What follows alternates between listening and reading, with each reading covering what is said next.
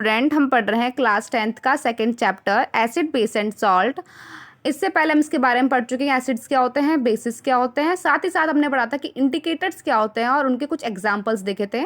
अब हम पढ़ेंगे जब एसिड और बेस डिफरेंट डिफरेंट सब्सटेंस के साथ रिएक्शंस करते हैं तो क्या फॉर्म करते हैं।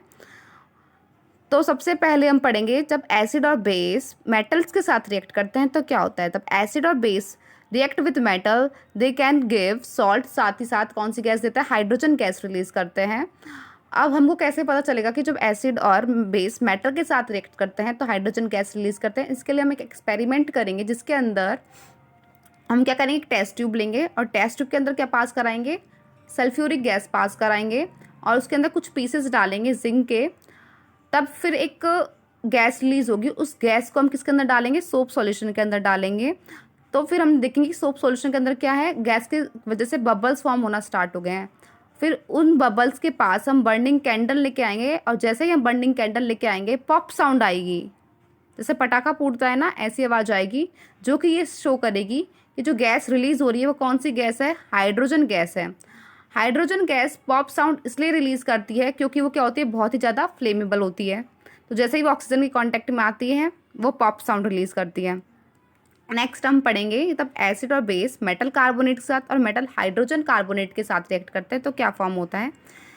तो पहले कौन सी गैस रिलीज़ कर रहे थे, ये हाइड्रोजन गैस रिलीज़ कर रहे थे एसिड और बेस, लेकिन सोचते हैं कि हमारा कुछ और ही जलवा है तो ये क्या करते हैं, अब कार्बन डाइऑक्साइड गैस रिलीज़ करते हैं सॉल्ट के साथ।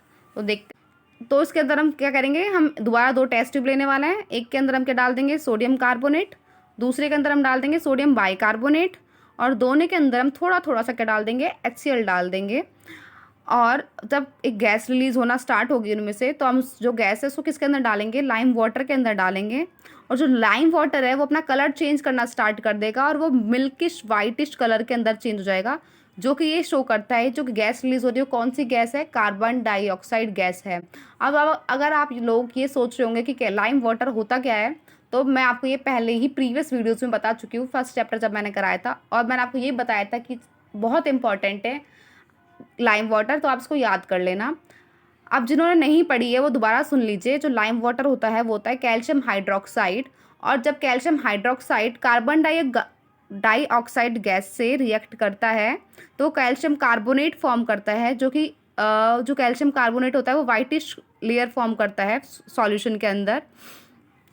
इतनी सी रिएक्शन करने से, इतना सा एक्सपेरिमेंट करने से हमको मज़ा नहीं आया, तो हम सोचते हैं कि हमारे पास और कार्बन डाइऑक्साइड गैस है तो हम उसको और डालते जाते हैं और एक्सेस अमाउंट में हम कार्बन डाइऑक्साइड गैस डालते हैं लाइम वाटर के अंदर, तो वो किस में चेंज होता है, कैल्शियम हाइड्रोजन कार्बोनेट के अंदर चेंज हो जाता है। मतलब जो वाइटिश लेयर होती है एकदम से डिसअपियर हो जाती है, क्योंकि जो कैल्शियम हाइड्रोजन कार्बोनेट होता है वो वाटर के अंदर सॉल्युबल होता है। अब हम पढ़ेंगे जब एसिड और बेस दोनों एक दूसरे के साथ रिएक्ट करते हैं तो क्या होता है। When acid and base react with each other, it is also called neutralization reaction because ये एक दूसरे को क्या कर देता है, न्यूट्रल कर देते हैं। अब हम देखते हैं जैसे सोडियम हाइड्रोक्साइड है जो कि क्या है, बेस है, और यहाँ पे हाइड्रोक्लोराइड एसिड, ये दोनों एक साथ रिएक्ट कर रहे हैं तो क्या फॉर्म करते हैं, सॉल्ट प्लस वाटर फॉर्म करते हैं। अब जितना भी हमने पढ़ा है उसको एकदम फटाक से देख लेते हैं।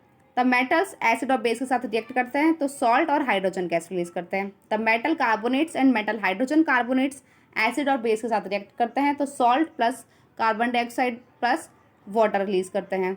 और तब एसिड और बेस एक दूसरे के साथ रिएक्ट करते हैं तो सॉल्ट के साथ साथ सॉल्ट के साथ साथ क्या रिलीज करते हैं, वाटर रिलीज करते हैं, जिसको हम न्यूट्रलाइजेशन रिएक्शन भी बोलते हैं। अब हम पढ़ेंगे जब एसिड रिएक्ट करते हैं मेटालिक ऑक्साइड्स के साथ तो क्या होता है। तब एसिड मेटालिक ऑक्साइड्स के साथ रिएक्ट करते हैं तो सॉल्ट और वाटर रिलीज करते हैं। अब कुछ कुछ आपको याद आ रहा है, ये हमने पहले ही पढ़ा है कि सॉल्ट और वाटर रिलीज होता है। बताओ कौन सी रिएक्शन होती है तब सॉल्ट एंड वाटर बनते हैं, याद आ रहा है कुछ। तब एसिड और बेस दोनों रिएक्ट करते हैं तब भी सॉल्ट और वाटर रिलीज होता है। तो ये क्या शो कर रहा है कि जो मेटल ऑक्साइड है वो कैसा बिहेव कर रहा है, ऐसा बेस बिहेव कर रहा है। अब इसका एग्जांपल ये है, हमने कॉपर ऑक्साइड लिया जो कि ब्लैक कलर में होता है, उसको हमने हाइड्रोक्लोरिक एसिड से रिएक्ट कराया तो हमको क्या फॉर्म हुआ, सॉल्ट फॉर्म हुआ जो कि क्या है, कॉपर क्लोराइड है, वो ब्लूइश ग्रीन कलर के अंदर होता है, साथ ही साथ वाटर रिलीज हुआ। अब हम देखेंगे नॉन मेटालिक ऑक्साइड किसके साथ रिएक्ट करता है, बेस साथ। पहले क्या पढ़ा था, मेटालिक ऑक्साइड किस साथ रिएक्ट कर रहे थे, एसिड के साथ रिएक्ट कर रहे थे। अब हम क्या पढ़ रहे हैं, नॉन मेटेलिक ऑक्साइड किसके साथ रिएक्ट करेंगे, बेस के साथ रिएक्ट करेंगे, तो क्या फॉर्म होगा। तो जब नॉन मेटेलिक ऑक्साइड होते क्या है, आप भी सोचो, कार्बन ले लिया हमने, कार्बन के साथ क्या लगा दिया, ऑक्सीजन लगा दिया, तो क्या बन गया, कार्बन डाइऑक्साइड बन गया, जो कि क्या है, एक नॉन मेटेलिक ऑक्साइड है। साथ ही साथ हमको क्या लेना है, बेस लेना है, तो बेस की जगह हमने क्या ले लिया, कैल्शियम हाइड्रोक्साइड ले लिया। अब इन दोनों को हमने रिएक्ट कराया तो क्या फॉर्म हुआ, कैल्शियम कार्बोनेट फॉर्म हुआ, साथ ही साथ वाटर रिलीज हुई। अब आपको कुछ याद आ रहा है कि ये भी क्या फॉर्म कर रहे हैं, सॉल्ट, और तो साथ साथ वाटर रिलीज कर रहे हैं। मतलब कि जो नॉन मेटेलिक ऑक्साइड्स है वो कैसा बिहेव कर रहे हैं, एज अ एसिड बिहेव कर रहे हैं। ओके, तो एक तरह से ये न्यूट्रलाइजेशन रिएक्शन ही हो रही है। अब हम पढ़ेंगे एसिड और बेस के अंदर सिमिलरिटीज क्या क्या है। एसिड और बेसिस के अंदर सिमिलरिटीज देखने के लिए सबसे पहले हम एक्सपेरिमेंट करेंगे। तो एक्सपेरिमेंट के अंदर क्या के लिए हमको क्या चाहिए, 4 सॉल्यूशन चाहिए। ग्लूकोज का सॉल्यूशन ले लिया, अल्कोहल का सॉल्यूशन ले लिया, हाइड्रोक्लोरिक एसिड का सॉल्यूशन ले लिया, सल्फ्यूरिक एसिड का सॉल्यूशन ले लिया। अब एक बीकर लेंगे, बीकर के अंदर 2 कॉर्क लेंगे और कॉर्क के अंदर 2 नेल्स को फिक्स कर देंगे। अब जो नेल्स होती है उनको हम टर्मिनल से और बल्ब बैटरी से क्या कर देंगे, कनेक्ट कर देंगे, और फिर एक एक सॉल्यूशन उसके अंदर डाल के देखेंगे कि बल्ब ग्लो होता है या फिर ग्लो नहीं होता है। तो देखते हैं, तब हम जैसे ग्लूकोज डालते हैं तो बल्ब जो होता है हमारा ग्लो नहीं होता है, मतलब कि ग्लूकोज इलेक्ट्रिसिटी कंडक्ट नहीं करता। सेम होता है अल्कोहल के साथ, लेकिन जैसे ही हम एसिड्स डालते हैं HCl और सल्फ्यूरिक एसिड, बल्ब क्या होता है, ग्लो होना स्टार्ट हो जाता है, जो कि ये शो कर रहा है कि ये इलेक्ट्रिसिटी कंडक्ट करते हैं। मतलब एसिड इलेक्ट्रिसिटी को क्या करते हैं, कंडक्ट करते हैं, क्योंकि वो कौन सी आयंस रिलीज करते हैं, H+ आयंस रिलीज करते हैं। सेम जो बेसिस हैं वो भी कंडक्ट इलेक्ट्रिसिटी, क्योंकि वो कौन सा आयंस रिलीज करते हैं, OH- आयंस रिलीज करते हैं, हाइड्रोक्साइड आयंस रिलीज करते हैं। अब हम पढ़ेंगे एसिड और बेस तब वाटर सॉल्यूशन के अंदर जाते हैं तो क्या होता है। तो हम क्या करेंगे, NaCl लेंगे ड्राई टेस्ट ट्यूब के अंदर, और उसके अंदर हम कंसनट्रेटेड H2SO4 डाल देंगे। उसके बाद जो गैस रिलीज होगी उसको हम ड्राई लिटमस पेपर से चेक करेंगे। देन फिर हम क्या करेंगे, जो गैस रिलीज हो रही है उसको हम वेट ब्लू लिटमस पेपर से चेक करेंगे।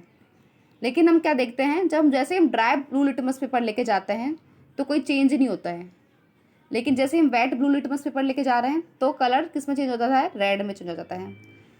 तो ये रिएक्शन हमको, ये एक्सपेरिमेंट हमको क्या शो कर रहा है कि एसिड्स अपना जो एसिडिक बिहेवियर है वो केवल वाटर के अंदर शो करते हैं। ऐसा क्यों होता है ये देखते हैं। हमको कैसे पता चलता है कि ये सब्सटेंस एसिड है, क्योंकि वो H+ आयंस रिलीज कर रहा है, तो सब्सटेंस क्या है, एसिड है। अगर हाइड्रोक्साइड आयंस रिलीज कर रहा है तो सब्सटेंस क्या है, बेस है। लेकिन H+ आयंस अकेले एग्जिस्ट कर ही नहीं सकते, they only exist after combine with water molecules. मतलब वो वाटर मॉलिक्यूल्स के साथ कंबाइन होंगे तो ही वो एग्जिस्ट कर सकते हैं, नहीं तो एग्जिस्ट नहीं कर सकते एनवायरनमेंट के अंदर। इसी वजह से जो एसिड है, एसिड्स जो हैं वो अपना जो एसिडिक बिहेवियर है केवल वाटर के अंदर शो करते हैं। फॉर एग्जांपल यहाँ पे हमने लिया HCl को जैसे हम वाटर के अंदर डालेंगे तो वो हाइड्रोनियम, मतलब जो H है वो एक साथ मिलके क्या फॉर्म कर लेंगे, हाइड्रोनियम आयंस फॉर्म कर लेंगे, और क्लोरीन को। सेम केस बेसिस के अंदर होता है। बेसिस भी जो अपना बेसिसिटी बिहेवियर है वो केवल वाटर के अंदर शो करते हैं, बिकॉज ये भी हाइड्रोक्साइड आयंस हैं वो भी एग्जिस्ट नहीं कर सकते एनवायरनमेंट के अंदर अकेले। तो जैसे ही वो वाटर के अंदर जाते हैं तो हाइड्रोनियम आयंस को क्या कर लेते हैं, फॉर्म कर लेते हैं।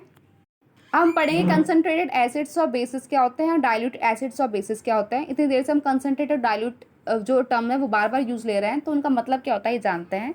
तो कंसनट्रेटेड एसिड और बेस के अंदर जो वाटर का अमाउंट है वो तो कम होगा, और जो H+ और OH- है वो आयन हैं वो ज़्यादा होंगे। और डाइल्यूट एसिड और बेस के अंदर वाटर का अमाउंट ज़्यादा होगा और H+ और OH- आयंस हैं वो कम होंगे। Adding of water into acid and bases उसको क्या करता है, डाइल्यूट करते हैं, ठीक है। It means less H+ OH- ions in water because they form hydronium ions. क्योंकि कम क्यों होंगे, क्योंकि जितना ज़्यादा वाटर होगा वो उतने ज़्यादा क्या कर लेंगे, हाइड्रोनियम आयंस को फॉर्म कर लेंगे। इसलिए जो कंसंट्रेशन होती है H+ आयन की वो वाटर के पर यूनिट वॉल्यूम के हिसाब से डिक्रीज हो जाती है। फॉर एग्जाम्पल कंसनट्रेटेड एसिड और बेसिस के अंदर केवल 1 टेबल स्पून ऑफ वाटर होता है, और डाइल्यूटेड एसिड और बेसिस के अंदर 10 टेबल स्पून ऑफ वाटर होता है। ओके, तो आज के लिए इतना ही। Thank you.